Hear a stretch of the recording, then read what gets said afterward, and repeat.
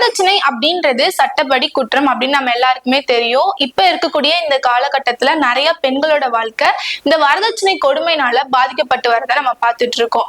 மதுரையில ஒரு பெண் சூசைட் பண்ணியிருக்காங்க. அதுக்கான காரணமா வரதட்சணை கொடுமைதான் அப்படின்னு சொல்லப்படுது. அந்த பெண் இறந்ததற்கான காரணம் உண்மையிலுமே வரதட்சணை கொடுமை தானா, இல்லாட்டி அதுக்கு பின்னாடி வேற எதுவும் உள்நோக்கம் இருக்கா அப்படின்றதெல்லாம் இன்னைக்கு இந்த வீடியோல நம்ம பார்க்க போறோம். Welcome to the KTV. நான் உங்கள் பவானி ஸ்ரீ.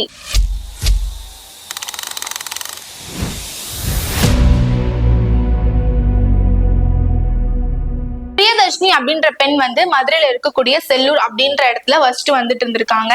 அவங்களோட கணவன் பேர் தான் ரூபன்ராஜ். இந்த பெண் கணவரோட குடும்பத்தினரால வரதட்சணை கொடுமை கேட்டு டார்ச்சர் பண்ணப்பட்டு தூக்க மாத்திரை யூஸ் பண்ணி அவங்க சூசைட் ட்ரை பண்ணியிருக்காங்க. அவங்கள ஹாஸ்பிட்டலுக்கு கொண்டு போய் உயிர் பிழைக்க முடியாம அவங்க இறந்து போயிருக்காங்க அப்படின்னு சொல்லப்படுது. கல்யாணம் பண்ணி வைக்கிறப்போ பெண் வீட்டு சைட்ல இருந்து 300 பவுன் நகை தரோம் அப்படின்னு சொல்லியிருக்காங்க. ஆனா கல்யாணம் நடந்தப்போ 150 சவரன் நகை தான் கொடுத்து கல்யாணம் பண்ணியிருக்காங்க.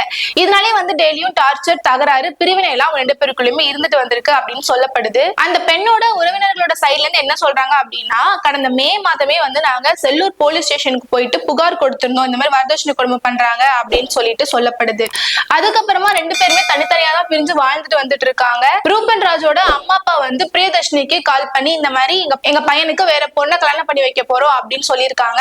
இதை கேட்ட பிரியதர்ஷினி மாமனார் மாமியார் கிட்ட போய் எங்களை சேர்த்து வைங்க அப்படின்னு கேட்டப்போ, மீதி இருக்கக்கூடிய 150 சவரன் நகை நீ கொண்டு வந்தனாதான் சேர்த்து வைப்போம், இல்லாட்டி வேற ஒரு பொண்ணுக்கு கல்யாணம் பண்ணி வச்சிருவோம் அப்படின்னு சொல்லியிருக்காங்க அப்படின்னு அந்த உறவினர்கள் சைட்ல இருந்து குற்றச்சாட்டு வைக்கிறாங்க. இதெல்லாம் கேட்ட பிரியதர்ஷினி தூக்க மாத்திரை போட்டும் கையை அர்த்தம் சூசைட்க்கு ட்ரை பண்ணிருக்காங்க அப்படின்னு சொல்றாங்க. பிரியதர்ஷினியாவே தான் சூசைட் பண்ணிக்கிட்டாங்களா, இல்லாட்டி அவங்களுக்கு வேற யாரும் தூக்க மாத்திரை கொடுத்து மர்டர் பண்ணிருக்காங்களா அப்படின்னு மதுரை ராஜாஜி அரசு மருத்துவமனைக்கு வெளியில அந்த பெண்ணோட உறவினர்கள் போராட்டம் பண்ணிருக்காங்க. அதுக்கான ரீசனா என்ன சொல்றாங்க அப்படின்னா, நாங்க கேஸ் போடுங்க அப்படின்னு சொல்லிட்டு போலீஸ் கிட்ட சொன்னதுமே அவங்க யாருமே கேஸ் போடல. அதுக்கு பின்னாடி ரூபன்ராஜோட அப்பா ADMKல ஒரு பொசிஷன்ல இருக்காரு. அதனால போலீசார் இழுத்தடிச்சாங்க அப்படின்ற குற்றச்சாட்டும் வச்சிருக்காங்க. போலீசார் இந்த மரணத்தை சந்தேக மரணம் அப்படின்ற பேர்ல வழக்கு பதிவு பண்ணிருக்காங்க. இதன் அடிப்படையில தான் கணவர் ரூபன்ராஜ், மாமனார் லிங்கேஸ்வரன், மாமியார் தனபாக்கியம் இவங்க 3 பேர் மேலேயும் வழக்கு பதிவு போட்டது மட்டும் இல்லாம இவங்களோட உறவினர்கள் 8 பேர் மேலேயும் வழக்கு பதிவு போட்டிருக்காங்க. தற்கொலை அப்படின்றது எந்த ஒரு பிரச்சனைக்குமே தீர்வு இல்லை. அதனால யாருக்காச்சும் தற்கொலை பண்ணிக்கணும் அப்படின்னு தோணுச்சுன்னா